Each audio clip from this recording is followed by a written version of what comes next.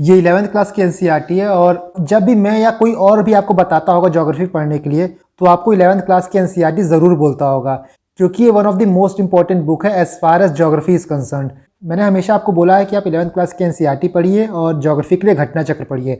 घटना चक्र के लिए तो मैंने आपको ऑल्टरनेटिव दे दिया था, उसका सॉल्यूशन मैंने आपको प्रोवाइड कर दिया है अपनी ज्योग्राफी की वन लाइनर।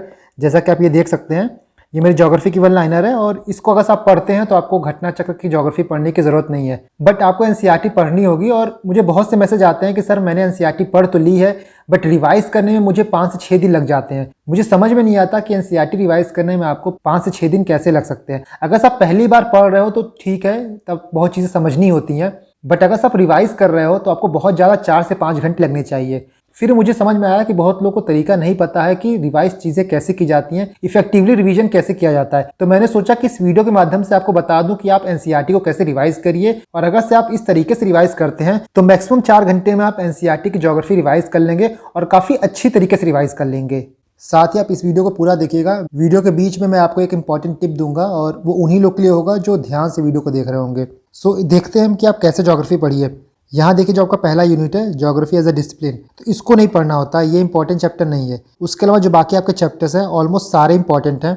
लास्ट के दोनों चैप्टर जो हैं ये बेसिकली एनवायरनमेंट का चैप्टर है, तो अगर आपने कहीं एनवायरनमेंट पढ़ा हुआ है तो आप इनको भी छोड़ सकते हैं, लेकिन इसके अलावा सारा चैप्टर इंपॉर्टेंट है। और सबसे ज़्यादा जो प्रॉब्लम आती है स्टूडेंट्स को, एस्पिरेंट्स को, वो इस चैप्टर में है। जो यूनिट 3 लैंडफॉर्म है, ये 5, 6, 7 चैप्टर, इसमें बहुत प्रॉब्लम आती है और इसको कैसे डील किया जाए मैं अभी इसके आगे बात करूंगा। तो पहले हम देखते हैं कि आप रिवाइज कैसे करें। मैं ये मान के चल रहा हूँ कि ये बुक आपने एक बार एटलीस्ट पढ़ ली होगी, क्योंकि जो मैं तरीका बताऊंगा ये ज़्यादा फ्रूटफुल उन्हीं लोग के लिए होगा जिन्होंने एक बार पढ़ लिया होगा इस बुक को, या फिर उनके पास ज्योग्राफी की बेसिक नॉलेज होगी। तो जैसे हम यूनिट नंबर 2 का एग्जाम्पल लेके आपको बताएंगे कि आप चीज़ों को कैसे पढ़िए। तो एक बार हम इस यूनिट पे चले जाते हैं। ये आपका यूनिट है the origin and the evolution of earth. तो उसमें आप देखिए पहला पैराग्राफ जो है वो किसी काम का नहीं है। एक बार आप दौड़ती नज़र से भी देखेंगे तब भी आपको समझ में आ जाएगा कि यहाँ पे कोई चीज़ काम की नहीं है। इसके बाद आपका आता है ओरिजिन ऑफ अर्थ। इसमें अर्ली थियरीज के बारे में बात किया गया है और बहुत बार ये पूछता भी नहीं है, बट फिर भी अगर आप यहाँ देखिए तो इस पूरे पैराग्राफ में क्या इंपॉर्टेंट आ रहा है। यहाँ पे नेबुलर हाइपोथेसिस इंपॉर्टेंट है। ये किसने दिया था? पहले इमैनुअल कांट ने दिया था, जिसको बाद में लैपलास ने रिवाइज्ड किया था। तो आपको बस इतना पता होना चाहिए कि नेबुलर हाइपोथेसिस जो है वो पहले इमैनुअल कांट ने दिया था, जिसको 1976 में लैपलास ने रिवाइज्ड किया था। तो अगर आप देखेंगे नेबुलर हाइपोथेसिस क्या बोलता है, बेसिकली यही बोलता है कि जो प्लेनेट है वो कैसे फॉर्म हुए थे, out of the cloud of material associated with youthful sun. सिर्फ इतना ही पता होना चाहिए। इसके बाद 1900 में चैम्बरलेन और मोल्टन ने क्या एग्जाम्पल दिया था, कैसे बताया था कि प्लेनेट फॉर्म हुआ है। तो उनका सिंपल कहना था कि सूरज है, उसके पास से एक स्टार गुजरा है, तो जब स्टार गुजर रहा था तो स्टार की ग्रेविटेशनल फोर्स की वजह से सूरज में थोड़ा बल्ज आया और वो बल्ज वाला मटेरियल जो है वो सूरज से अलग हो गया और बाद में वो सूरज के चक्कर काटने लगा। तो यही मटेरियल जो है आपका प्लेनेट है। तो इस चीज को ना आप सिंपली डायग्राम से बना सकते हैं कि भाई आप एक सूरज बना लीजिए, यहाँ एक स्टार बना दीजिए, स्टार ऐसे मूव कर रहा है, स्टार यहाँ पे आया तो थोड़ा बल्ज निकला, स्टार चला गया यहाँ से, बाद में जो मटेरियल आपका सूरज के अराउंड घूमने लगा। तो ये आपका हो गया चैम्बरलेन और मोल्टन द्वारा दिया गया सिद्धांत। तो इस तरह सिंपल सा डायग्राम बना लोगे ना तब भी आपका काम चल जाएगा। तो आपको चीजों को ऐसे ही पढ़ना है कि अगर एक बार आपने पढ़ लिया है तो साइड में कुछ चीजें लिख दीजिए ताकि रिवीजन में बहुत ईजी हो जाए और पूरा का पूरा बुक ना पढ़ना पड़े। जैसे आप यहाँ मॉडर्न थियरीज में देखिए, तो मॉडर्न थियरीज में क्या है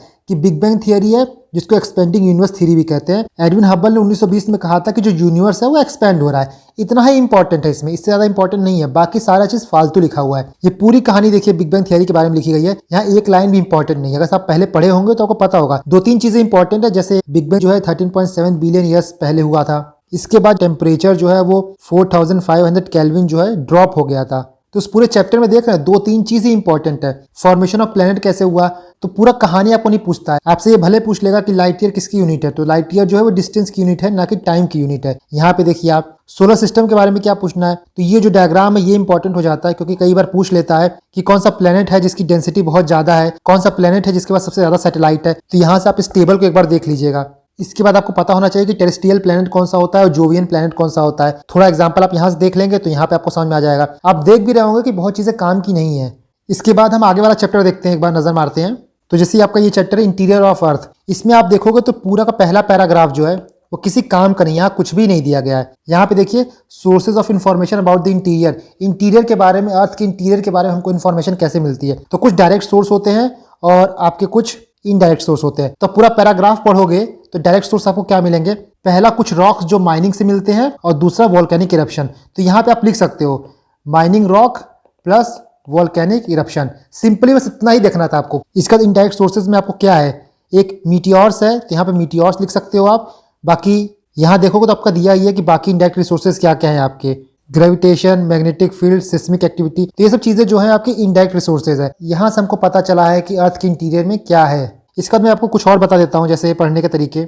यहाँ पे देखिए कुछ पॉइंट दिया है, जैसे हाइपोसेंटर दिया है, एपिसेंटर दिया है, फोकस दिया है। तो पूरा पैराग्राफ पढ़ने की कोई जरूरत नहीं है, सिंपल आप एक ऐसा डायग्राम बना दीजिए। यहाँ पे बोला है कि जो एपिसेंटर है वो फोकस के ऊपर है, तो यहाँ पे आपका एपिसेंटर हो गया और यहाँ पे आप फोकस बना दीजिए।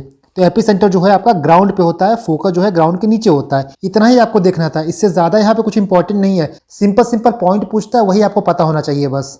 जैसे यहाँ अर्थक्वेक्स वेव के बारे में लिखा हुआ है, तो यहाँ पे क्या इंपॉर्टेंट हुआ आपका, एक पॉइंट ये इंपॉर्टेंट हो गया कि अर्थक्वेक जो है वो लिथोस्फीयर में आता है, उसको हम सिस्मोग्राफ से नापते हैं।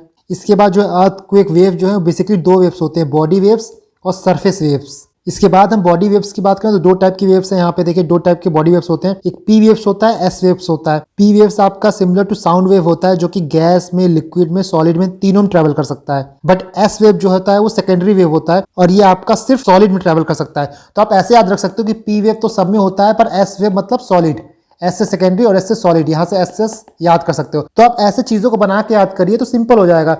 बाकी यहाँ देखिए आप पी वेव जो है वो पैरेलली वाइब्रेट करता है, उसी तरह एस वेव जो है परपेंडिकुलर है। तो यहाँ पे आप लिख दीजिए पी वेव के लिए पैरेलल और एस वेव के लिए आप परपेंडिकुलर। तो ऐसे पॉइंट बनाइए सिंपल सिंपल, यहाँ पे साइड में लिखते जाइए चीज़ों को, तो पूरा का पूरा पेज आपको नहीं पढ़ना पड़ेगा। मैं इस वीडियो से आपको यही बताना चाहता हूँ कि चीज़ों को रिवाइज कैसे किया जाता है। कई लोग होता है कि बार बार पूरा का पूरा रिवाइज करते हैं, तो वो डबल मेहनत हो जाती है, वो किसी काम का नहीं होता है। तो इस तरह जब आप पहली बार पढ़िए तो हो सकता है पूरा आपने टिक कर दिया है, बट जब दूसरी बार पढ़िए तो जैसा मैं बता रहा हूँ तरीका, आपको साइड में लिखते जाइए, मेन पॉइंट हाईलाइट करते जाइए, तो उस तरह आप करोगे तो जो आपका रिवीजन का टाइम है ना वो ड्रास्टिकली रिड्यूस हो जाएगा। ये सिर्फ आपका ज्योग्राफी के लिए नहीं है, ये आप हर सब्जेक्ट के लिए कर सकते हो इसी तरह। और बाकी जो 3 चैप्टर थे आपके लैंडफॉर्म के, चैप्टर नंबर 5, 6, 7, वो जो बहुत प्रॉब्लम होता था लोगों को पढ़ने के लिए, तो मैंने आपके लिए नोट्स प्रिपेयर कर दिए हैं। इसीलिए मैं बोल रहा था कि जो पूरा वीडियो देखेंगे उनको कुछ इंपॉर्टेंट मिलेगा। तो यही इंपॉर्टेंट है कि मैंने चैप्टर नंबर 5, चैप्टर नंबर 6 और चैप्टर नंबर 7 इन तीनों के नोट्स बना दिए हैं, और ये नोट्स आपको मेरे टेलीग्राम पे मिल जाएंगे और मेरे टेलीग्राम का लिंक आपको डिस्क्रिप्शन में मिल जाएगा। तो दोस्तों जो मैंने नोट्स बनाए हैं आप इस नोट्स को देखिएगा। मैंने स्पेसिफिकली आप ही लोग के लिए बनाया है, क्योंकि मुझे बहुत से मैसेज आ रहे थे कि सर ये 3 चैप्टर पढ़ने में बहुत टाइम लग रहा है। तो मैंने सोचा कि आपके लिए नोट्स बना देता हूँ, ताकि आपका जो टाइम है वो रिविजन में जाए, टेस्ट सीरीज करने में जाए, ना कि नोट्स प्रिपेयर करने में इस वक्त। तो आप इस नोट को डाउनलोड कर लीजिएगा।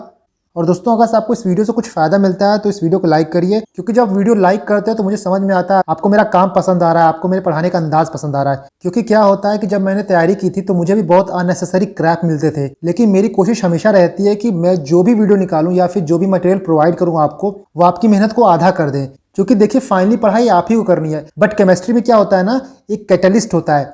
कैटलिस्ट क्या करता है, रिएक्शन को फास्ट कर देता है। तो मैं चाहता हूं कि जो आप मेहनत कर रहे हैं उस मेहनत में मैं एक कैटलिस्ट का काम करूं, ताकि आप अपने गोल तक बहुत इजीली पहुंच जाएं। चलिए हम एक और चैप्टर का एग्जांपल लेके आपको बताते हैं कि आपको नोट्स कैसे बनाने हैं और रिवाइज कैसे करना है। ये आपका चैप्टर नंबर 4 है, distribution of ocean and continent. ये भी काफी इंपॉर्टेंट चैप्टर है और जो लोग पढ़े हैं उसको पता होगा इसके बारे में। तो जैसे पहले यहाँ पे देखिए कॉन्टिनेंटल ड्रिफ्ट की बात की है।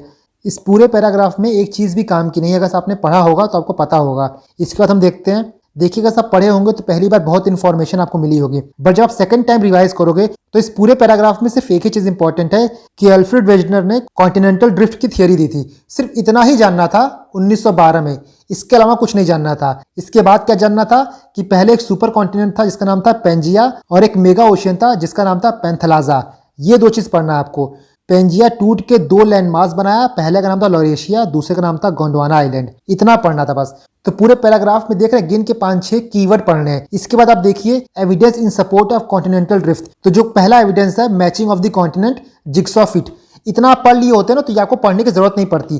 पहली बार आप भले पढ़िए, बट सेकंड टाइम बस आपको इतना ही जानना था रिकॉल करने के लिए। उसी तरह दूसरा पॉइंट है rock of the same ages across the ocean. सिर्फ यही पॉइंट आपको याद करना है, बाकी अंदर का जो चीज है वो आपको नहीं पढ़ना होता। अगर आप पहले पढ़ चुके हैं तो आपको पता होगा अंदर की बात, और उसको रिवाइज करना नहीं होता है, वो समझना होता है। तो बस एक इंपॉर्टेंट पॉइंट आपके दिमाग में आना चाहिए कि जिग्सॉ फिट। इससे आपको समझ में आ जाएगा कि कॉन्टिनेंटल ड्रिफ्ट का जो एविडेंस था वो क्या क्या था। तो दोस्तों आई होप आपको इस वीडियो से हेल्प मिली होगी, और मैं आगे और भी ऐसी वीडियो लाऊंगा ताकि आपकी प्रिपरेशन में कुछ वैल्यू ऐड हो।